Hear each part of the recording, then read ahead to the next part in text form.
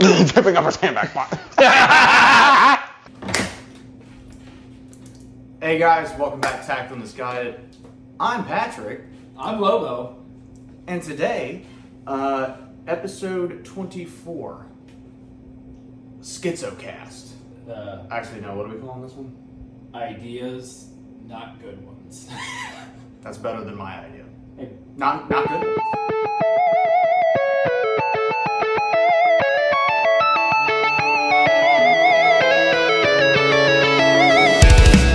Let's do this. Sauvage, tacticians. Check them out, motherfuckers. Well, fucking, you need a warning for the ballistic backblast of the panties dropping when they see that. All right. So before we dive in, get close. Let's get down in here. Your mustache looks good, actually. Thank you. It does. You. I'm working on it. See, I love since the last episode, I was clean shaven. You were clean shaven. I had just come back from drill. And look at what he has on his face now in comparison to mine. A dead hamster. I have a fucking shit stain. It looks good. It does. It honestly does. There are people that can grow facial hair, and there are people that think they can grow facial hair. They can grow a mustache. It takes me about a month for it to get normal. I'm not Armenian or Hungarian, so it's not working out for me well. I'm West Virginian, so I don't know what's in me. Insert. It says it's about to be me. It's about to be me, baby. All right. So before we kick off, we're gonna dive into our sponsorship shout out, guys. This podcast is brought to you today by Savage Tacticians. Oh yes, we got ourselves some 31s. We got an MP5, and some nods, we got a pig sticker. Fuck yeah. So this is just one of their designs. It's actually the owner's favorite shirt that he's designed. It is a fan favorite. I've actually grown to really like it. I still like my Embrace Chaos shirt, which is the first one I ever got. They have some really cool designs. They're not like your run-of-the-mill normal vet bro company. They put a lot of thought into the products that they make. Example, this is one of their newest shirts that they came out with. I like that it has the canine on it. I like that too. It's just three dudes hanging out. Yeah, it's not super vet bro shit. Yeah, there's no giant American flag on the fucking arm. It's veteran owned and operated. This is I think this is Hunter's. I got a warm spot in my heart. What's better than a FN 57? I don't know, Hunter. What is it? I'm retarded. MP7. Just little side note, this weapon has been used by DevGru to put a shit ton of terrorists in the ground. The one thing I really like about this, my fiance has that exact shirt you're wearing. Yep. You don't have to be in the military to rock these shirts. So be sure after you watch the episode to go on to sav-tac.com. I'm going to put the link in the description just like I did in the last video. Let's spell it out. Go check out their shit. We'll spell it out. sav-tac.com. Go check them out. Link in the description. Bulkhead Energy. Check out Bulkhead Energy as well. It's another company that Kevin owns as well as Savage Tacticians. And if you're in the local Wilmington area, coming soon is going to be Rally Point. It's a bar, pub, and arcade. So definitely go check that out as well. 100% veteran owned and operated. Exactly. And that's the important part there is the operated. In America. Yeah, it's all made, it's actually made here in Wilmington. So definitely give them a look-see, see what they got. I really appreciate Kevin, taking a chance. We're a tiny podcast. Yeah, and he's. Where did we met? You met him at the veterans. No, I met Kevin. He's never been to that. He hasn't. Nope. No. I met him at the shop. At the shop. Yep. As I do most of you great people that become. We met on Grindr. With that, let's fucking kick it. What are we kicking? I don't know. Rocks. All right. We'll talk about. Do you know what the Italian Arditi are? No, I do not, Hunter. What are those? So also, I'm gonna frame this real quick. Oh shit. I'm rolling completely blind. I don't have any notes on this, so this is gonna be a ride. So here we go. So the Italian RDT. Now, if you were to take a stab at, you don't know any Italian. What do you think RDT stands for?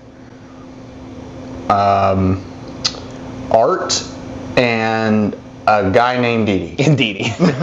Didi from Dexter's Laboratory. So it is a phrase that means to dare, and it's those who dare. And it was the OG shock troops. This is World War I. This is right before the Germans created their stormtroopers, with the Stammhelm and. Did they actually shoot though? Oh yeah. Targets. Okay, oh yeah. cool. So these guys were rocking what was called a Farina helmet. And it was a steel it looked like a knight helmet. They had the proto body armor. They were wearing steel body armor. They had knee pads. But by the way, this is early 1900s. These motherfuckers were born in the 1800s. They were born in the same century. We had a civil war and we're shooting at each other with muskets. Form the lines. So no homo, these dudes are hard as fuck, bro. Like, so they straight up are attacking trenches with grenade bundles. They were the Alpini and the Arditi. The Arditi were the shock troops. They were the dudes that were straight up like fucking assault troops. Your average infantryman wasn't well equipped in World War I, so you had to have somebody that knew what they were doing. The only problem was their balls were so fucking big it got in their way. So they had to carry them around in a wheelbarrow like South Park. Pretty much. So these dudes were notorious for carrying crazy ass weapons. They carried melee weapons. So they carried fucking daggers and like short swords and shit on top of submachine guns. But these dudes, if these guys came running towards your trench, you're all gonna fucking die. You're fucked. And no amount of artillery. They took some substantial losses and we're talking about hundreds of millions of people that fought. There were about 28,000, so that's a little bit smaller than the Marine Corps Reserve. So, reserves 28,000? No, the reserves are more. I think it's about 30,000, 34,000. Oh damn! I thought it was more than that. But all right, bigger than your mom's dildo. All right, Boer Commandos. We talked about them a little bit. Yes, we did. I think we talked about them on the first time I interviewed you. Hell yeah. Before you were actually on the podcast for realsies. So these dudes were late 1800s. They were technically one of the first specialized military guerrilla units. What I wrote down is from kids to old racist farmers, they kicked the shit out of the redcoats in southern Africa. So these dudes were basically kind of like us. They were subsistence farmers. They had these farms in some of the shittiest parts of Africa. They wound up fighting the Zulus. The Zulus actually wound up wiping out the indigenous Africans there, so it's like colonizer versus colonizer. But then Brits showed up and they do what Europeans do best, which is to fuck everything up. So this is where Boy Scouting came from. For realsies. Yeah. Elijah Smith Thomas brought scouting back. Is this when like the birth of your scoutmaster being your bunkmate? No. So long story short, they didn't have enough dudes, so they used basically small children as scouts. Now this is back when children were were more of men. So they had to have fieldcraft, they had to be able to survive off the land, they had to move long distances, and they had to use basically bushcraft.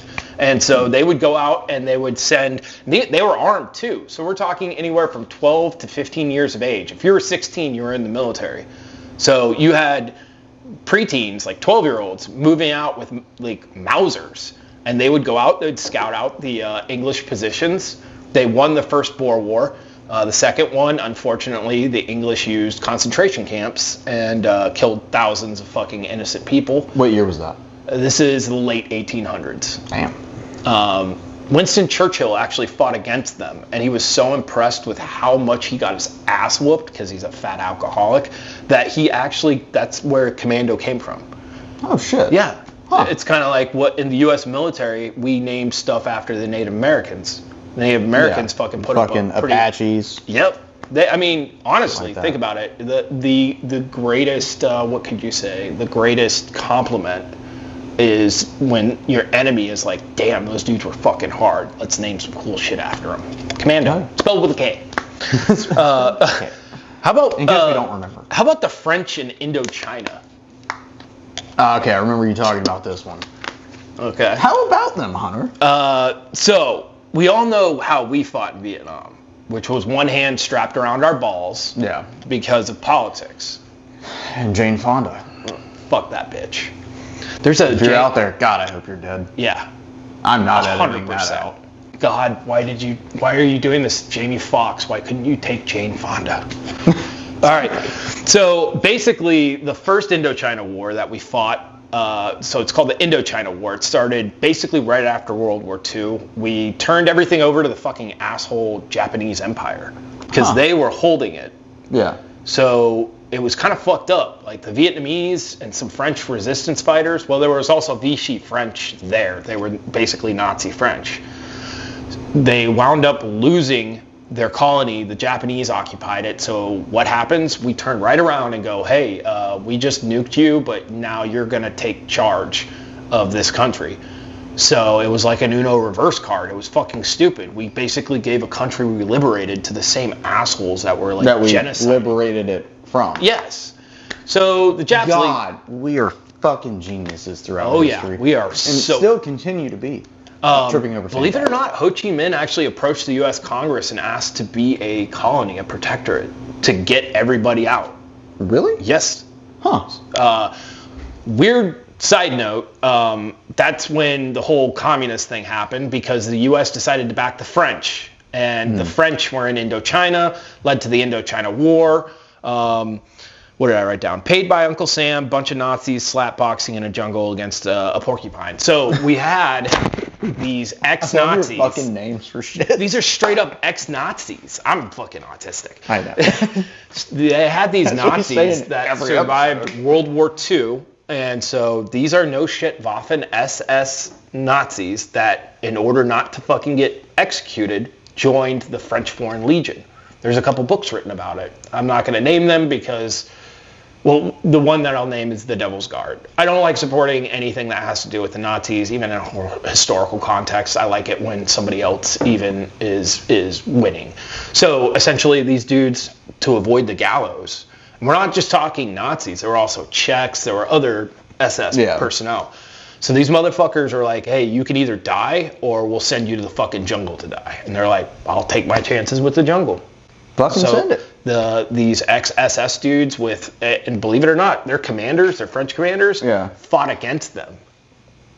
Yeah, the French commanders were part of the Free French Army in World War II. And then afterwards they jumped. They jumped, well, the French commanders took their positions back, and imagine we were fighting the Taliban, and then all of a sudden another war pops off, and you're commanding Taliban troops. That's exactly what it was. Almost like the end of the Afghanistan war when we Pretty much basically befriended them, trusted them. Anyways, I digress. Let 13 of our fucking own die. And many, many more than thousands of Afghans, thousands are dead. Yeah. That's a whole rabbit hole for another time. Kargil War. What was the one about the? It was like a ragtag group. Oh, Ittercast. Can I save that to the end? Okay, save it. Thank you, because that was my favorite. Oh, it's weird, like Hollywood weird. Not in like a sexual way, just like Inglourious Bastards, but weirder, better. Like so, the Kargil War was between India and Pakistan. Mm-hmm. This was the highest conflict fought on Earth. I'm not talking like high, I'm talking like elevation. When you first said that, I really thought you meant like there were just a bunch of fucking stoners in the trees just, yo, I'm gonna shoot you, bro. What elevation do you start to lose oxygen at? Isn't it like 10,000, 11,000? A little bit higher, and it depends on like who you are as a person, not like how you feel, but like genetically, some people can survive at higher altitudes. Well, because you get AWS. Yes, and you also can get arterial AEGs, or not AEGs, HAPE and HACE, high altitude pulmonary edema and high altitude cerebral edema. Yep. Unfortunately, and this is not We had a anything couple right, of those guys in Bridgeport. Bridgeport. Yep. There was unfortunately, genetics play a large part in your elevation, fighting. So, unfortunately, there was a U.S. Marine. He was a dark green Marine. He went to sleep and he didn't wake up. It basically would In Bridgeport? In Bridgeport, yeah. When the fuck did that happen? That was like 2008 or 9. Damn. But I digress. So 13,000 is above that. You usually want to be jumping with oxygen. What altitude do you think these motherfuckers were fighting at? I'm going to just fucking throw it out there. 15. 17. Holy fucking dog shit. Now, I've been at 11,500 feet. That was the highest peak that we climbed in Bridgeport. Yep. We didn't stay up at that peak for very long Yep. either. Like, we had some fucking pictures with our fire teams and shit, and then we went right back down the other side. I will, from the heart, tell you, take pictures. And was like beautiful. at the time, I mean of us. At the time, I was I'll always take pictures of us. I spread my butt cheeks as Mike Honcho. Oh my God. So take God, I pictures, love doing guys. this. Don't listen to that dude that's like, you look stupid. Obviously, don't go cringe with it, but you want memories. Take pictures of the shit you do with your boys, whether you're infantry, no matter what. Take pictures. That's one of the biggest regrets I have, is not taking as many pictures as I could. That's one of the things that I took a decent amount of pictures with the things that we were doing, and I look back on those frequently and remember those times, because I still have that photo book to look back through of everything that I did. Absolutely. And like he's saying, like a lot of dudes, especially like early on, like back in like the early 2000s and shit like that, they didn't do that. Yeah. Well, now you can do it on a cell phone. Yeah. Well, the weird thing about this is the Cargill area, people would leave during the winter because you can't survive up there. So the Indians, literally, it's like a deployment. They leave during winter. The Pakistanis used an irregular force. They infilled and started attacking. The Indians then used artillery to a great extent. They were dragging artillery pieces up those peaks. And one of their most famous Medal of Honor, what their Medal of Honor was a lieutenant. This dude wound up taking like 18 dudes up there and scrapped, like put up a fight. And he went down in military history. I basically said it's India versus Pakistan. It's just dumb shit in mountains, but curry flavored. But honestly, it's a study of high altitude combat, and they couldn't do much in the way of like close air support that was accurate. Again, this was also in 1990. So they were using 60s and 70s tech fighting each other. India wound up having to deploy. They took it back from them, but it was one of the Indo-Pakistan wars. This one can kind of be a sore spot. This is Armenia versus Azerbaijan. I've heard you talk about this 1,000 times, or at least say Azerbaijan like multiple times. Azerbaijan they're not called Azerbaijanis or Azeris. They're Turkish, essentially. Yeah. They're Shia Muslim, and they share more with people that are in Xinjiang province of China and Turkey itself, and a little bit of Turkestan. But majority of their population actually lives in northern Iran, which is pretty interesting, considering that they fucking hate Iran. Yeah, so it's the Sunnis and the Shia that hate each other, right? Oh yeah. Like they hate each other. Like just something that we haven't seen in Christendom since like the 100 Years' War. I mean, you get your little quips between like Methodists, Lutherans, Catholics, it's all that shit's the same. Well, theoretically, yes, it's all an Abrahamic religion. Like Allah came from Elah, and Elah is Aramaic, which is what they spoke during the time of Jesus. Yeah. And so Yahweh, Allah, Elah, it's all the same thing. It's Aramaic, and then you had Hebrew, and then you had Arabic. Those are Semitic languages. And Persian changed their alphabet, but Semitic languages. That's when you hear anti-Semitism. Understand that, like, if you're Jewish, if you're Christian, if you're Muslim, you're worshiping the same God. how you worship is completely interpreted with you, and we're not going to get into religion, but it's your brothers, pretty much. That's why they call it an Abrahamic religion. So squaring off against the Azeris, you had the Armenians. Do you know what the oldest Christian country in the world is? This is rhetorical. Oh shit. Wait. Rome. No. Armenia. Oh. So declared. Now the oldest. I'm an idiot. The oldest Christians on earth are actually Ethiopian. You also had the Greeks and whatnot, and What's the other country that's right there? There's Ethiopia or never mind. I'm thinking of something else. So it's Continue. Georgia, Armenia, and Russia, and then Turkey, and then Iran. That's what I was thinking of. Armenia used to have an empire way back in the day. I'm talking like post-Bronze Age. Long story short, there was bad blood because one, Armenians are Orthodox Christians. Yeah. Azeris are Shia Muslim Turks. They've had multiple wars. They fucking hate each other. The problem is when they had their wars, they were both members of the Soviet Union. Well, when the Soviet Union fell apart, everybody just started fighting everybody. Like straight up. It would be like if they said Wilmington's no longer part of the United States and you had different neighborhoods vying for control. It was kind of like Judge Dredd. Or Grand Theft Auto San Andreas. Hell if yeah. you played it correctly. Oh, dude. Code's on, baby. It's a war zone. Put on YouTube and listen to the GTA Fallouts for the radio stations. It's awesome. Throws me back. Love it. So Armenia and Azerbaijan, they were basically two weirdos fighting over a handicapped parking spot. They're basically in the same exact fucking neighborhood. They worship the same god. They were out murdering the shit out of each other. Now it sucks because I try not to pick sides. The Armenians suffered a genocide, which was absolutely terrible. The Azeris suffered less under Russian rule. We'll call it Soviet. So what the Soviets did is they wound up putting pieces of the countries. They had enclaves, which is super fucked up. But it's a good way to control populations by having them. They can't be mad at you if they're fighting each other. That sounds familiar. Keep your heads down and keep everyone staring at each other instead of looking up and seeing what's right in your fucking face. The latest war broke out during COVID, and it was brutal. And the fucked up thing is Armenia backs Russia right now, geopolitically. Armenia has at the best 1980s tech. We're talking like T-72s, Grad missile launchers. They have shitty Russian planes. Do they have Motley Crue playing too? They do not have Motley Crue. Damn.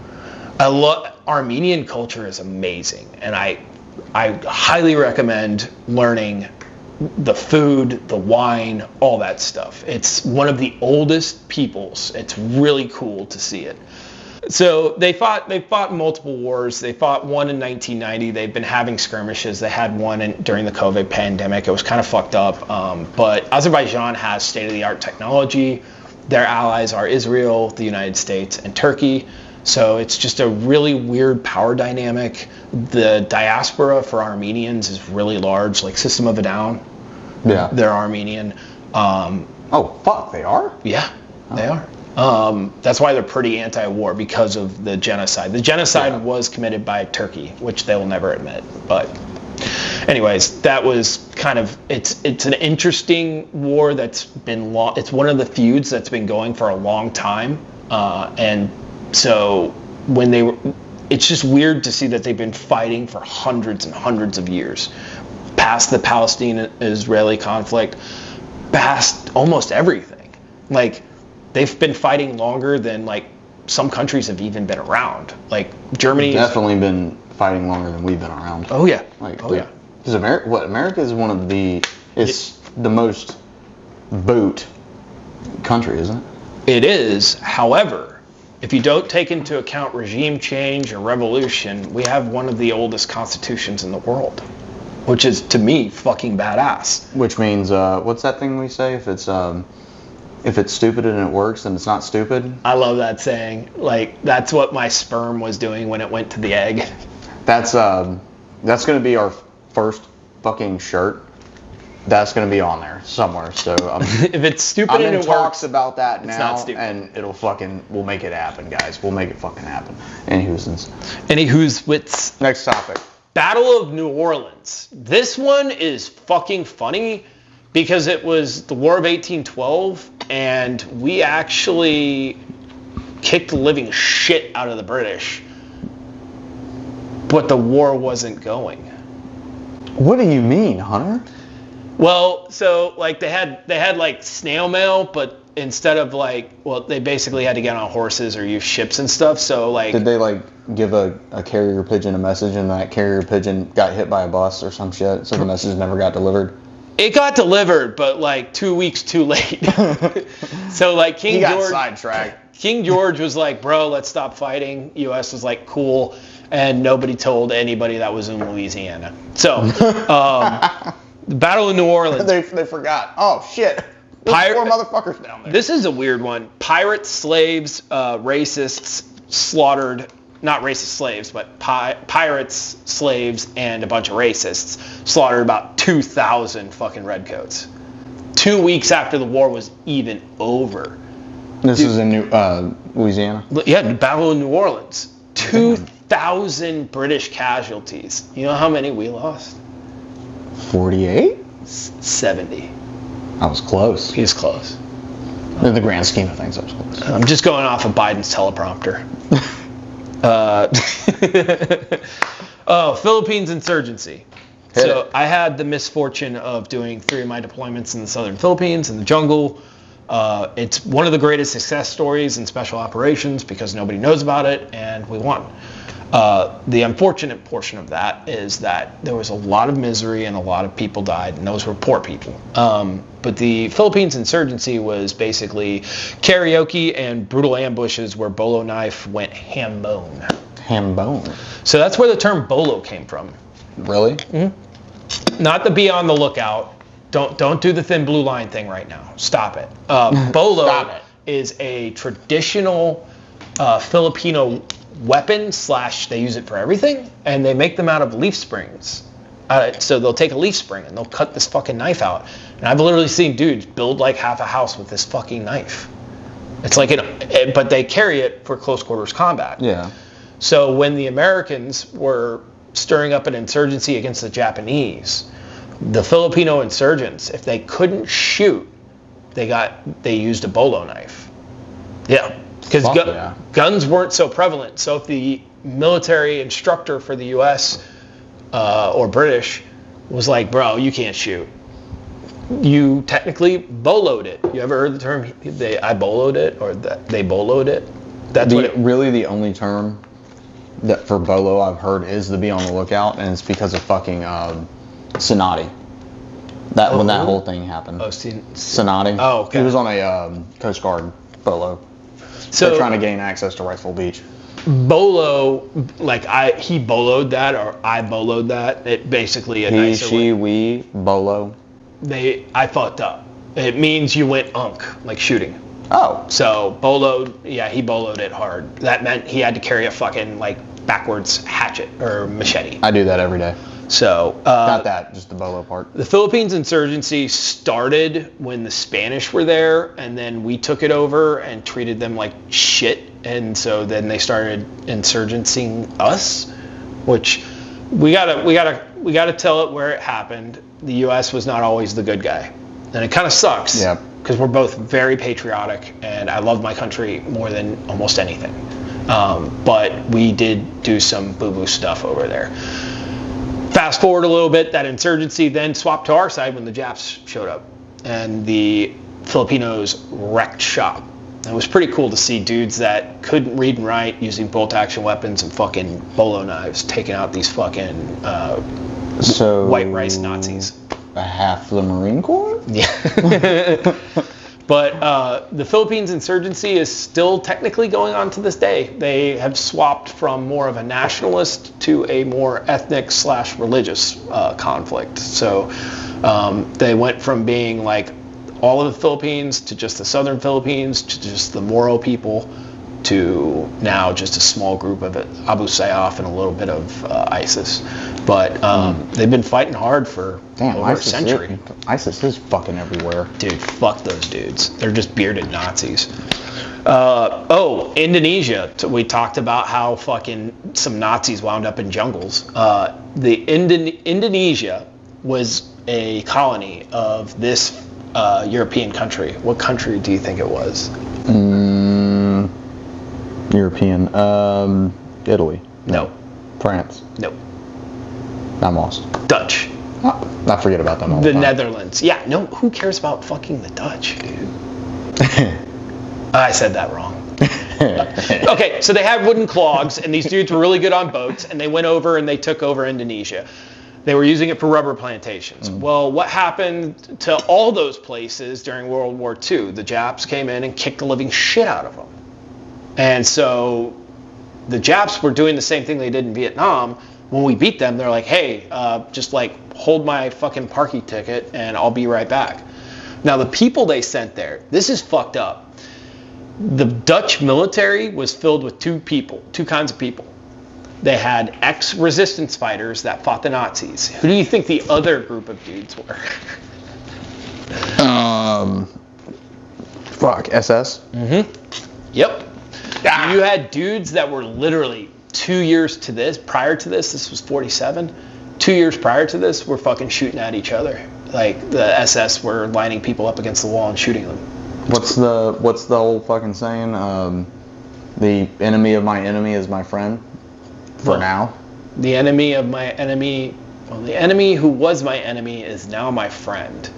But what's super fucked up about this whole damn situation, the Dutch just got done being occupied by the Nazis. And then these fucking windmill fucking weirdos go to Southeast Asia and occupy a country. How many of them were there? There were thousands. Holy fuck. There were so thousands. it was like thousands of fucking... Dutch, yes. Okay. And they went there and they committed a very soft genocide. Unfortunately, we supported them again. We supported them again. But what wound up happening? So I put down Indonesia, where Dutch resistance fighters and Nazi SS teamed up to Voltron the Indonesian independence movement. So that was that. It did lead to over 1 million dead communists, though. And I will never complain about that. So the last one that you wanted to hear, yes. Castle Itter. Castle Itter? Castle Itter. Eater or Eater? Itter. It's like litter, but without the L. Very German. This one's really fucking weird, and I do recommend there is an episode by the Lions Led by Donkeys, and they go way more in depth. But this was super weird because it was a castle. It was part of the Dachau concentration camp, technically. It was a satellite. It wasn't anywhere near the camp, but it was under that thing. This is as the war is pretty much over. This castle was used for high-ranking POWs. Like, it had the former prime minister of France. It had a bunch of generals from France. It even had Nazi French that wound up falling out of favor with Hitler. One of the weirdest guys there was their tennis star. Why the fuck did they have a tennis star? He was the world champion tennis player who wanted to be a Nazi and then wound up being like, bro, these Nazis are gay. And then they're like, well, you can't say that. You're going to the castle. You're going to the castle. So line up for cigar burns. I'll just read this and I'll dive a little bit into it. French POWs, French Nazis, a tennis star, 7 black American brothers, 1 drunk lieutenant, a company of Nazi Germans with a Nazi major, a handful of Czech partisans versus about 500 Nazi SS. 1 little tank and a castle like Wolfenstein and a pocket full of dreams. So this is super fucking weird. Full of dreams, baby. At the end of the war, the U.S. had moved in, and Germans were surrendering to the United States because the Russians were coming in because of that bad blood and all that fucking genocide. The Russians were just murdering them. So the Germans are like, holy shit, we lost the war. We need to find somebody to surrender to. So most of the camp guards are like, fuck this, I'm out, and left. So there was a bunch of these POWs, like high ranking, we're talking like geriatric. Imagine like Congress, but they're like holed up in a castle. They have a couple weapons, but they don't really. They're trying to avoid getting murdered by roving bands of German SS. Now, at this time, you had the German Wehrmacht, the military, and you had the SS. They were separate chains of command, but what was happening is the SS were going hard. They were like, fuck, we're going to fight to the last man. Anybody that surrenders, we're going to shoot you. If you defect, any of that stuff. So they were killing other Germans. They would string them up. They'd hang them and put signs on them that said deserter. So, like, the German army at this point has given its surrender to the Allies. So there's this, they're like, hey, we're in this castle, all our guards left. What the fuck are we going to do? We need to find some Americans before the SS show up and kill us.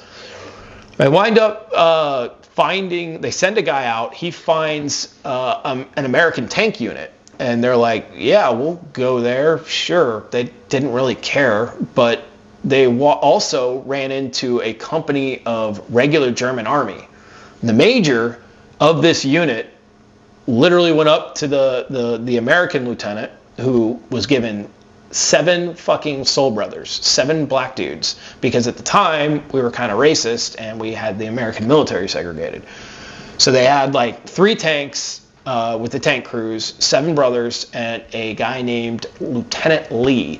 Now, Lieutenant Lee got drunk and beat the shit out of, well, he does what tankers do, which is fucking get drunk and fight people. So he should have been a captain. But this dude is like... Promote that fucking man. This dude is over it. He has been fighting across Germany, and like he not only got skipped for promotion, but now he's like fucking smelly and hungry. So he takes these Americans and this German major. This German major has about a company of Germans. They wind up going to the castle. There's a bridge. They leave a tank at the bridge. They go to secure this castle. So they only have like 40 or 50 dudes in total. If you look, or it's a little bit more than that. Sorry, or about 30 or 40 POWs. There was about 12 Americans, a couple Czech partisans, a fucking tennis champion, and then. I bet she fucking right. He. I bet he wrecked shop. Well, I'll tell you about what ridiculousness he did, but. And a company of Germans. And so the German major spoke English, but nobody else spoke German. So they were speaking like 4 different languages. And like the funniest thing is the Americans were the winners, right? We show up and the French dudes are racist as shit. So like, fuck this guy and fuck those black dudes. And they were actually nicer to the fucking Nazis. Yeah. So they start to like harden up their defenses, and there's about 500 Waffen-SS that are trying to take that castle and kill everybody. They get into a sustained gunfight. So you've got Americans, French POWs, some Czech partisans, and a company of Nazis fighting hardcore Nazis. And they didn't even have to tell the Germans. Like the Germans were pretty much like if we get captured by the SS, they'll kill us. Yeah, we're fucked. So they didn't even have to give the command to fire. So these Germans straight up were fucking shooting other Germans. Well, yeah, because the average German army at that point was fucking over it. Yeah. For one. And 2, they feared the SS from the fucking jump. Because they knew, like you just said, they knew that they were going to get fucking got. Absolutely. So why the fuck not fight back? Go down swinging. Oh, yeah. And so they wind up getting into a sustained gunfight with the SS, and there's 500 versus, like, I would say maybe 50 or 60. It's not even close. The SS start to attack the castle. The German major is actually screaming orders in German and in English, but the Lieutenant Lee doesn't speak German. Yeah. So they had to use like the French as well. And these are like geriatric motherfuckers, like liver spotted. Imagine trying to fucking do like a platoon in-depth defense, but everybody's fucking Joe Biden. So I was literally about to fucking say that. Exactly what it was. Wait. Were there any sandbags involved? Dude, oh God. There were no sandbags, but a lot of fucking dudes were falling over. These dudes are like, it's like the old folks home tries to go up against the fucking a bunch of Green Berets. I take that back. The SS were nothing like Green Berets. SS were pieces of shit. We'll say a platoon of Ranger qualified guys versus an old folks home. So the battle, this tennis star is like, bro, we need help. And Lieutenant Lee is like, yeah, go get help. So this dude he's a civilian. He fucking runs from the castle through a field in between German positions, and they are they're like, who the fuck is this guy? I'm thinking like he looks like Nadal or whoever with his fucking like sweatbands on, just fucking sprint. So he looked like a fucking civilian. So the Germans were like, who the fuck is this guy? All right, cool. He runs, he gets to another American tank unit.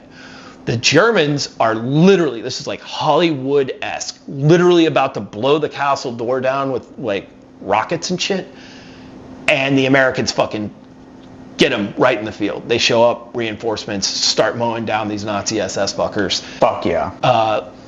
They didn't really give that many medals and stuff. It was kind of fucked up. But like when the dudes asked Lieutenant Lee years later, he had to be in his 60s or 70s. They're like, oh, what about this castle battle? Because it was a small battle. It was a skirmish at the end of the war. Yeah. He's like, well, it was the damnedest thing. Bro, you just took a hodgepodge, like a fucking bad news bears, and like whooped the shit out of fucking 500 Nazis. Like 500 SS. SS. Not just fucking Nazis. This is what Fury should have been about.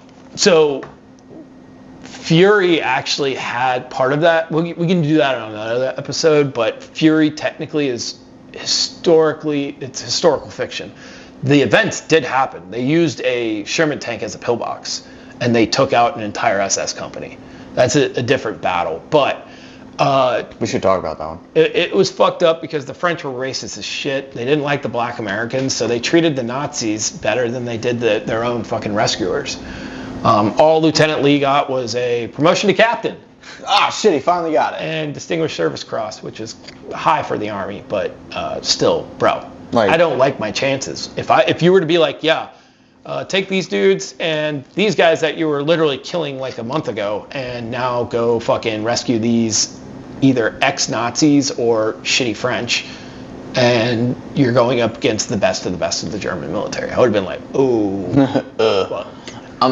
Can I sleep on this one? I'm going to take a mulligan. I'm going to take a mulligan on this one. So everything we talked about here were just ideas that we had. If you want to hear something more in depth on any of these ones, or you guys want to hear something really weird, just throw it in the comments section.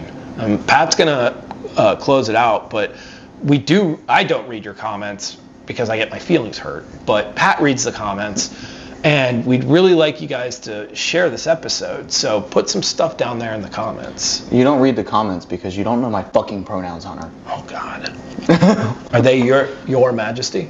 No, that's you. See, I have trans friends, and they don't pull any of this shit that you see. It's like these weirdos, and they're like, I have friends that have had the surgeries, like done the hormones, and they're completely like, I just want to be left the fuck alone. Kind of like how we are. Yeah, exactly. But you get these weird ones that are young, and they're like really militant about it. Yep, I have one in mind on that one. Oh no. Well, Michelle Obama? Oh God, that's for a whole nother one. I love conspiracy theories. Tinfoil hat. This may be one of the last podcasts that we're going to be doing from the casting couch. I say that because I'm in talks and works of actually getting a studio done, so things are going to be changing a little bit around here, and we'll see how that goes here probably in the next couple weeks. Production value. Yep, production value moving up, and I love all of you guys that watch this, that subscribe to it. You've been a huge fucking help, and you all know who you are, sharing the fuck out of this, continuing to rant on about our fucking names and the shit we're doing, playing your shit at the shop when you're at fucking Lejeune or wherever you are working with other fucking Marines. I want to branch out a little bit more than just the Marine Corps. That just seems to be, one of those, goes back to that veteran thing of who you gravitate to when you get out. Absolutely. But, you know, like I said, we're not just inclusive to that. I like to have everybody on here and hear what they got to say, all right? Yeah. And I always love doing these episodes where we just fucking talk shit about stupid history things that have happened. Really, it gives me and Hunter like a little bit to do and look forward to during the week doing these kinds of episodes. So, like I said, thank all of you. We're moving up, and that's because of you guys. So with that, you got anything? Just again, look into some of the podcasts that are out there that not only are interesting and entertaining, some of the ones for mental health, I think are very important. Cody Alford, We Defy the Norm. He's a great fucking dude. Amazing human being. So on the further left side of the aisle, there's Lions Led by Donkeys. I don't even know these people, but they are absolutely hysterical when it comes to how they break down. They're former Army vets, most of them are. They're hilarious when it comes to, if you want to hear really dumb stories about the military, not just our military, we're talking military history, it's hysterical. And the last thing is if you guys want something, you want to see something, you like something, put it in the comments and subscribe, and please share it. Again, this is 99% Pat. He's doing this by himself with his money. And I'm hoping to keep expanding and grow this, and this can become a full-time gig. Doing what I love doing, which is doing these episodes, imparting knowledge on you guys, having a great fucking time while we do it. That's what it's all about. That's what fucking life's about. Absolutely. All right? So with that, then we're going to close out, and we're going to see you guys next week for episode 25. What are we doing it on? I'm not sure yet. We'll figure that out. I'm hoping to get another interview in for next week's episode. Kind of balance it out a little bit. You know what I'm saying? We haven't done the Byzantine Empire with the. Yes, that's been a request for us to do that. So we're gonna touch on that one. Super breath hold. I was actually talking to one of my Green Beret buddies today about dive school and getting ready for it, and he's like, I don't know if I can do this amount of time underwater without. I was like, bro, these dudes did it for fucking like 16 minutes, moving chains on the sea fucking floor. And they thought the world was flat. Well, people still do, but yeah, we call those people retarded. But hey, I'm right here. It's okay, buddy. It's okay. Yeah. Interview, and then a little bit about that. I'm looking to hopefully get a Sark on, like I mentioned in the previous episode. That's gonna hopefully be next week. Get him on, have a great fucking time. Hear some fucking kick-ass stories from him. One of the most fucking badass corpsman positions there fucking are. It's the badass of the Navy. It is. The Navy. I was in the Navy, baby. I just keep thinking of the YMCA guy wearing the bell bottoms. All right, guys. We will see you next time. With that, peace in the Middle East. Oh my God, my hat's all crooked and shit. I'm Pat. I'm Lobo. We'll see you guys next time. Peace in the Middle East. We'd be out of a job. That was a good one. We pop fucking dick pills and just sit on the podcast. And just like look at the little pooch. That's it's got a doggy on. I want to do a heartfelt. We're fucking killing this. A heartfelt.